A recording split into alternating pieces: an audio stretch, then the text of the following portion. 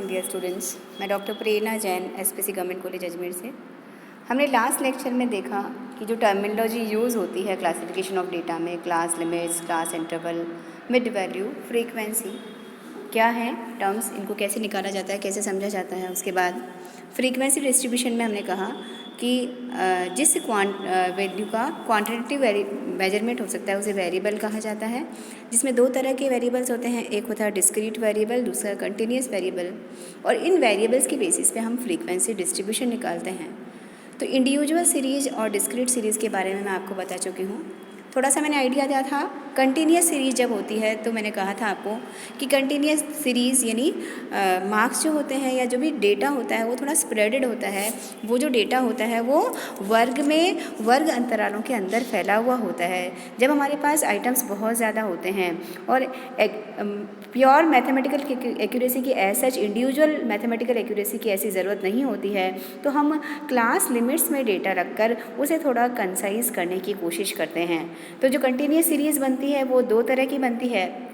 पहली हमारी इंक्लूसिव, जिसे समावेशी श्रेणी कहा जाता है। मैंने आपको मीनिंग भी बताया था कि अगर वो सीरीज़ ऐसी बनती है जिसमें जो गिवन डेटा है उसकी दोनों ही लिमिट्स, जैसे सामने एग्जांपल देखिए तो हमारे पास एग्जांपल है 0 से 9, यानी जब वहाँ पर आप फ्रीक्वेंसीज निकालेंगे तो फ्रीक्वेंसीज को काउंट करने के लिए चाहे किसी बच्चे ने 9 नंबर लिए हैं चाहे बच्चे ने 0 नंबर लिए हैं, उनके जब एफ निकालेंगे यानी नंबर ऑफ़ स्टूडेंट्स को काउंट करेंगे तो 0 लेने वाला, 1 लेने वाला, 2, 5, 7, 9 तक के मार्क्स लेने वाला, दोनों ही चीज़ उसी के अंदर शामिल होगी। दोनों के मार्क्स का टोटल जब होगा, मतलब नंबर ऑफ़ स्टूडेंट्स का जब टोटल होगा तो उसी क्लास में शामिल होता है, तो वो हमारी इंक्लूसिव सीरीज़ हो जाती है। कैसे पहचानेंगे कि जो हमें सीरीज़ गिवन है, सीरीज़ मतलब जो दो लिमिट्स गिवन है उसे सीरीज़ कहा जाता है। तो अगर दोनों ही लिमिट वही शामिल हो जाती है, वो ओवरलैप नहीं करती है, जैसे 0 और 9 तो वहीं आएगा 0 से 9 तक का।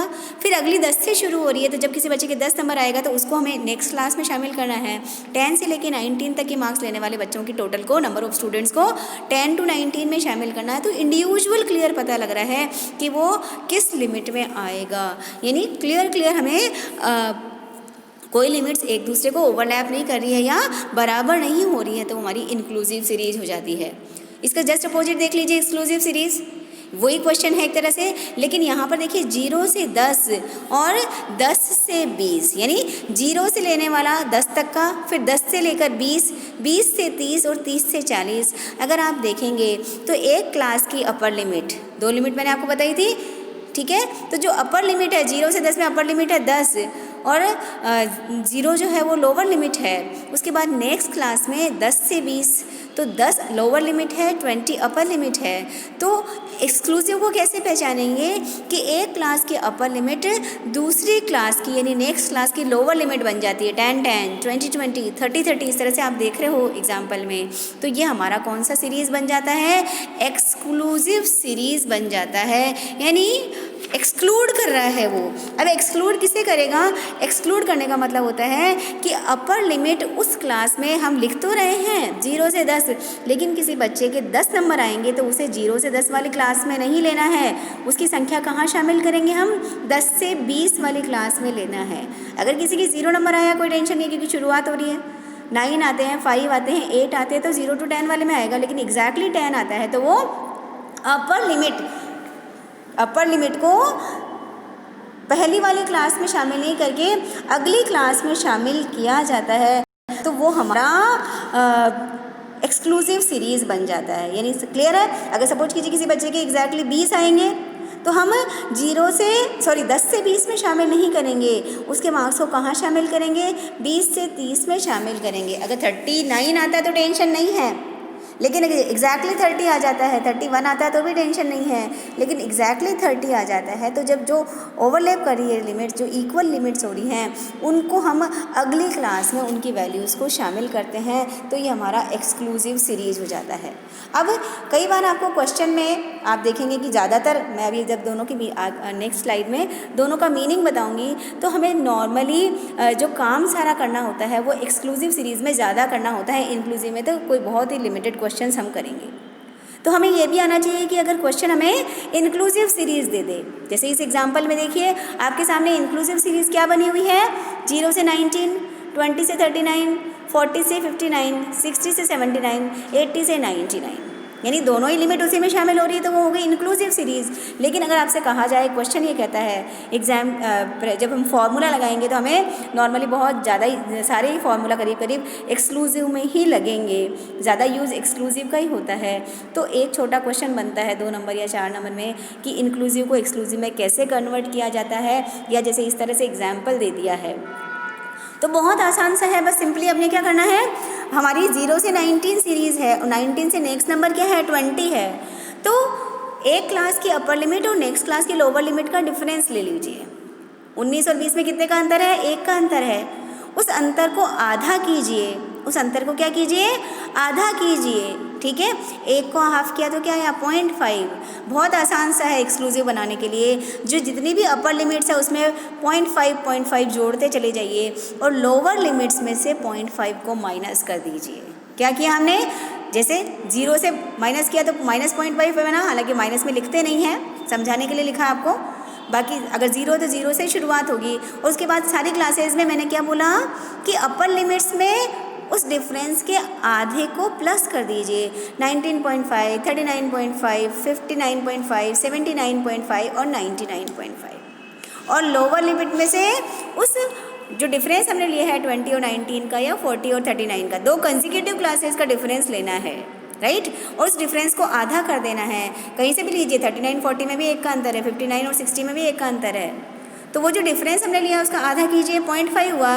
अब 20 में से 0.5 गया तो 19.5, 40 में से 0.5 गया तो 39.5, 60 में से 0.5 गया तो 59.5 और 80 में से 0.5 गया है तो क्या बन जाता है, 79.5। तो देख लीजिए अब ये इंक्लूसिव सीरीज़ किस में कन्वर्ट हो गई, एक्सक्लूसिव में हो गई। 19.5 अपर लिमिट है और 19.5 लोअर लिमिट है।